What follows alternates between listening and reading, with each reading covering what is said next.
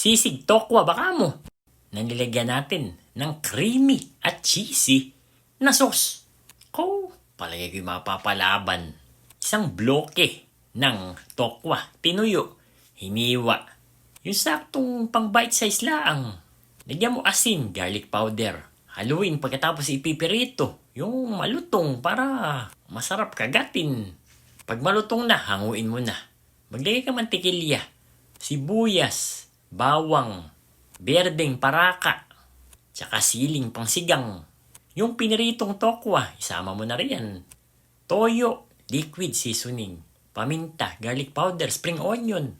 Para sa ating cheesy sauce, butter, gatas, keso, liquid seasoning. Tikman mo kung ayos na ilasa. Ibuhos mo na sa mga tokwa. Ano ba sa tingin mo? Pampulutan ba? O pang ulam? Palagay ko kahit